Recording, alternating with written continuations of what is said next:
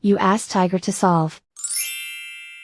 This deals with linear equations with one unknown.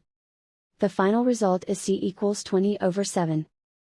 Let's solve it step by step. Simplify the expression. Group like terms. Simplify the arithmetic. Group all constants on the right side of the equation. Subtract 76 from both sides. Simplify the arithmetic.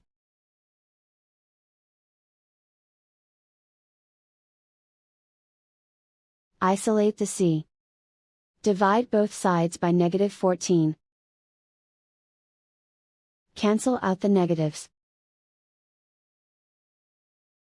Simplify the fraction. Cancel out the negatives.